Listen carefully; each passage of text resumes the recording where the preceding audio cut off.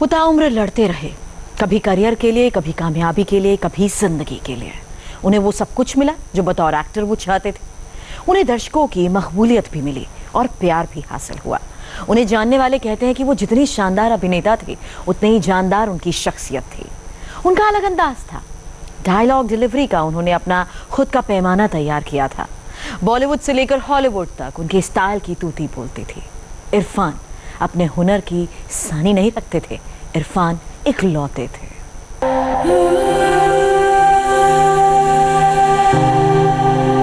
जिंदगी के जोर और मौत की डोर के बीच कश्मकश खूब चली होगी।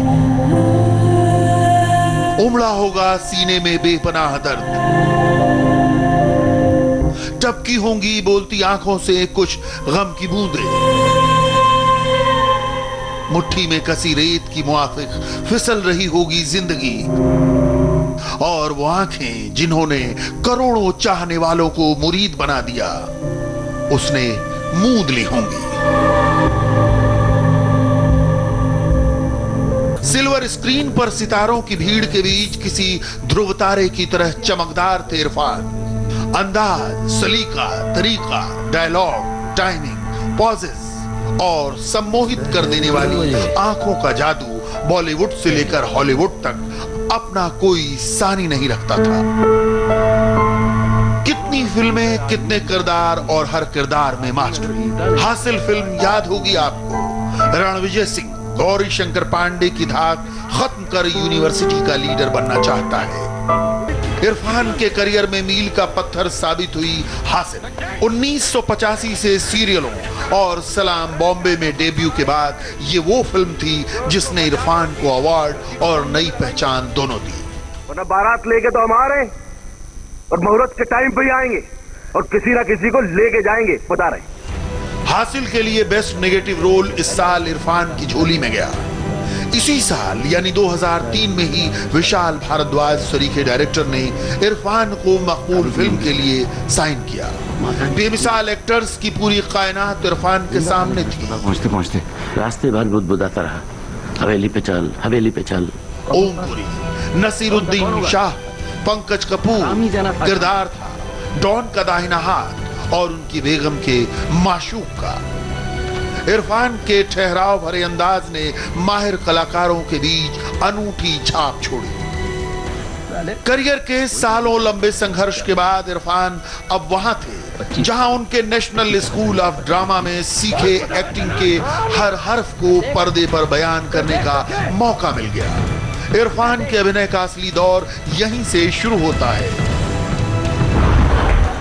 नेशनल स्कूल ऑफ ड्रामा में एडमिशन लेने के लिए आपने झूठ बोला। एक तो मेरी माँ को झूठ बोला। मैंने कहा कि मैं यहाँ एक्टर बनने नहीं जा रहा हूँ, मैं यहाँ एक्टिंग सीखने जा रहा हूँ। यहाँ से सीख के मैं जयपुर यूनिवर्सिटी में आऊँगा और यहाँ टीचर बन जाऊँगा, लेक्चरर बन जाऊँगा। तो कन्विंस हो गई। और फिर एनएसडी वालों को मैंने झूठ बोला कि मैंने 10 नाटक किए हैं और मैं सिनेमा से मेरा कोई लेना देना नहीं है, मैं नाटक करूँगा, नाटक सीखूँगा और फिर नाटक ही करूँगा बस।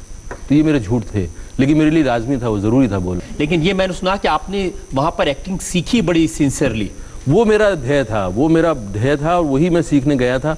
इसलिए लोग कहते थे कि ये एनएसडी में आया है, इसका किसी ताल्लुक़ नहीं है, ये अपना एक कोकून में रहता है, अपना एक इसका एरिया है, इससे बाहर नहीं निकलता।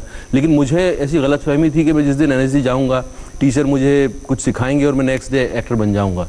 तो वो उसके पीछे मैं लगा रहा और जद्दोजहद थी एक अजीब सी। 2005 में रोग फिल्म में इरफान इंस्पेक्टर का किरदार निभाते नजर आए। खामोशी की अपनी जबान होती है। इरफान के भीतर का एक्टर पर्दे पर छा गया। 2 साल बाद इरफान नए अवतार में दिखे, कोंकणा सेन शर्मा के साथ स्क्रीन शेयर करते हुए। फिल्म थी लाइफ इन मेट्रो। मोंटी का किरदार एक ऐसा शख्स जो स्ट्रेट फॉरवर्ड है।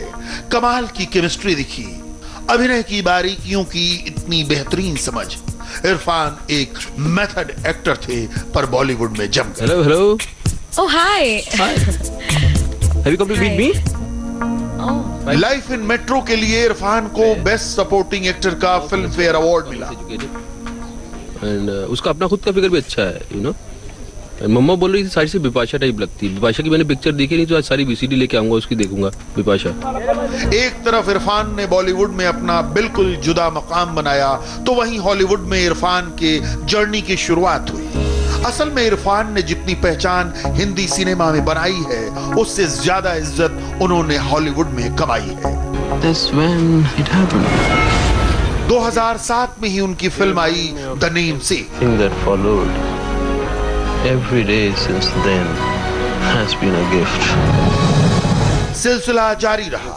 A Mighty Heart, American, just that. You think you are a good Muslim? The Darjeeling limited, और फिर 2008 में पुलिस इंस्पेक्टर के रोल में slum dog millionaire, How many times have I told you Srinivas? और फिर 2012 में I life of pi. Taiwan के निर्देशक आंग ली के निर्देशन में बनी इस फिल्म में इरफान एक लेखक को अपनी जीवनी सुनाते नजर आते हैं। बेमिसाल अदाकारी के लिए इरफान को 2011 में भारत सरकार ने चौथे सबसे बड़े नागरिक सम्मान पद्मश्री से सम्मानित किया। इरफान ने हर किरदार को बखूबी जिया। क्या बे? हाँ। किरदार में उतरकर दर्शकों की सांसों में समा जाना। इरफान की एक्टिंग फैक्ट्री लबालब भरी थी, यहां प्रोडक्ट की कोई कमी नहीं थी। 2013 में डायरेक्टर तिग्मांशु धूलिया ने इरफान खान को पान सिंह तोमर के लिए साइन किया। उससे मांग। Dhulia National School of Drama में इरफान के जूनियर थे। फिल्म चंबल के कुख्यात डाकू और स्पोर्ट्समैन पान सिंह तोमर पर थी। फौजी पुलिस का कुत्ता, ज्यादा टिपिन नहीं। इरफान जैसे एक्टर विद पॉजेस के लिए यह रोल बहुत चुनौतीपूर्ण था, लेकिन वो भूमिका ही क्या जो इरफान न जिए। पर्दे पर हाथ में दुनाली लिए इरफान दिखे और चमत्कार हो गया। फिल्म पर दर्शकों का प्यार उमड़ पड़ा। फिल्म जानदार, शानदार और जबरदस्त रही। बड़ा वाला तुच्छो परिवार है तुम्हारा। 75 तो बिस्के और 75 तुम आए। पान सिंह तोमर के लिए इरफान खान को बेस्ट एक्टर का राष्ट्रीय पुरस्कार हासिल हुआ। दो ही चीज बचा सकता है हमको, एक दूजों को हाथ और अपने शरीर को साथ। मैं इंद्रजीत सिंह। 2013 में ही तिग्मांशु धूलिया के डायरेक्शन में इरफान खान फिर सिल्वर स्क्रीन पर नजर आए। फिल्म थी साहब बीवी और गैंगस्टर रिटर्न्स। इरफान ने इस फिल्म में उजड़ी हुई रियासत के लुटे हुए सुल्तान इंद्रजीत सिंह का किरदार निभाया। इरफान खुद भी नवाबों के खानदान से आते थे। टोंक में खानदानी हवेली थी, लेकिन इरफान के पिता जागीरदार खान टोंक छोड़कर जयपुर में बस गए। वहीं टायर का कारोबार करते थे, मगर इरफान को न शिकार का शौक था न घुड़सवारी का। अभिनय की घुट्टी नौजवानी की पहली दहलीज पर ही नसों में समा गई और पहुंच गए जयपुर के रविंद्र मंच पर नाटक में पाठ के शौक के साथ। इरफान, मैंने सुना कि बचपन से आपकी एक ही तमन्ना थी कि मुझे मशहूर बनना है और मशहूर बनने के लिए मैं कुछ भी कर सकता हूँ। एक्चुअली लगता था, क्योंकि मैंने अपने कोशिश की कुछ काम धंधा सीखने की और उसको ईमानदारी से सीखने की और उसको करने की कोशिश की। फिर मुझे थोड़े दिन में इतनी बोरियत हो गई, मुझे लगा कि मैं ज़िंदगी में सिर्फ पैसे के लिए काम नहीं कर पाऊंगा, मेरी आत्मा को उसमें इन्वॉल्व होना ज़रूरी है। तो मैं ढूंढ रहा था क्या करूँ। तो फिर मैंने कुछ फिल्में देखी, तो मुझे लगा कि ये एक फील्ड है जिसमें शायद मैं कुछ कर सकता हूँ। लेकिन फैमिली के लोग तो आपको फिल्म देखने भी नहीं देते थे। वहाँ परंपरा थी कोई फिल्म देखने भी ना जाए, इतनी समझते थे इतना गिरा हुआ काम है। समझते थे उनके लिए सिनेमा जो है हमेशा से नीचे दर्जे का एक नीचा दर्जा, उनको हमेशा नीची नज़र से देखते थे। उनको लगता था कि नाचने गाने वालों का काम है। तो मैंने अपनी माँ को कन्विंस करने की कोशिश की कि मैं नाचने गाने नहीं जाऊँगा इंडस्ट्री में, मैं थोड़ा कुछ अच्छा काम करूँगा। लेकिन उनके समझ में नहीं आया, वो कभी माने नहीं। लेकिन मेरे अंदर की आवाज़ थी, तो मैंने पूरी करना इसको लाजमी समझा। 32 सालों तक इरफान के एक्टिंग स्कूल से किरदार निकलते रहे। अपनी ही बनाई एक्टिंग की बारीकियों से ऊपर निकल जाना, उससे भी ऊपर लकीर खींच देना। इरफान वाकई बेमिसाल थे। इरफान की फिल्में लीग से हटकर होती थी, अलग तरह की स्क्रिप्ट, जुदा सोच और आम जिंदगी में रची बसी। मैंने तो ये पढ़ा कि हॉलीवुड में आपने डायरेक्टर को सजेस्ट किया कि इंडिया में इंटीमेट सीन भी पूरे कपड़े पहन के किए जाते हैं। हाँ, एक्चुअली एक डायरेक्टर के साथ मैं काम कर रहा था तो उन्होंने कहा कि आपका इस इंटीमेट सीन है, आप जो है ये कुर्ता उतार दो। मैंने कुर्ता तो नहीं उतारूंगा। बोलो तुम बेड के अंदर हो, सो रहे हो, तुम कपड़े नहीं उतार के सोओगे? बोलो हमारे यहाँ नहीं सोते कपड़े उतार के, हमारे तो कपड़े पहने पहने सो जाते हैं। वहाँ का ऐसा चलन है कि वहाँ जो है सोते हो आप, चाहे आप किसी के साथ सो रहे हो, अकेले सो रहे हो, कपड़े उतार दो और फिर सोते हैं। तो मैंने उनको कहा भाई हमारा ये हिंदुस्तान है, मैं तो हिंदुस्तानी कैरेक्टर कर रहा हूँ, मैं तो कुर्ता पहन के करूँगा। तो मैं कुर्ता पहन के मैं सोया। एक्चुअली मुझे शर्म आ रही थी, मैं अपना जिस्म दिखाना नहीं चाह रहा था, इसलिए मैंने ये सारी 2013 में इरफान की फिल्म आई lunch box. Lunch box release ही हुई थी। एक अवार्ड फंक्शन में शाहरुख खान और इरफान खान के बीच क्या हुआ ये देखना बेहद दिलचस्प होगा। असल में इरफान की फिल्में कमाई कम करती थी, तारीफ ज्यादा पाती थी। क्या बात है सर, क्या बात है सर, क्या बात, ये बात है। जब तक हिंदी मीडियम नहीं रिलीज हुई तब तक यही फिल्म उनकी सबसे ज्यादा कमाई करने वाली फिल्म थी। अब कुछ नहीं हो सकता, आपको गरीब थोड़ी बन जाएंगे। मेघना गुलजार की 2015 में आई तलवार भी इरफान के करियर की ऐसी ही फिल्म थी। तो किसी भी बेगुनाह को सजा मिलने से अच्छा है 10 गुनाहगार छूट जाए। इरफान, आप कह रहे थे कि कभी कभी पैसे के लिए काम करना पड़ता है और जब पैसे के लिए आप काम करते हैं तो आपको दुख होता है, पेनफुल होता है। लेकिन हमारी इंडस्ट्री की परंपरा तो यह है कि हर बड़ा स्टार सिर्फ पैसे के लिए ही काम करता है। मेरा मानना नहीं है कि हर बड़ा स्टार पैसों के लिए ही करता होगा। हम तो सोचते हैं कि 100 करोड़ नहीं मिल जाए तो बड़ा स्टार नहीं होता। वो एक अजीब सा श्राप डाल दिया गया है फिल्मों के ऊपर। परंपरा तोड़ना शायद मेरा जन्म सिद्ध अधिकार है। ये मुझे ऊपर वाले ने मुझे इस मिशन के साथ भेजा है। मैं परंपराओं पे सवाल उठाऊंगा और तोड़ने की कोशिश करूंगा मैं।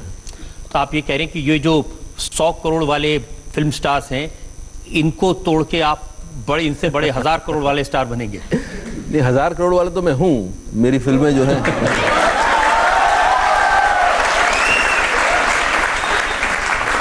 मेरा कहना सिर्फ ये है कि देखिए ये एक अजीब सा मिश्रण है सिनेमा। इसमें सरस्वती और लक्ष्मी दोनों का मिश्रण है। ये आसान मिश्रण नहीं है।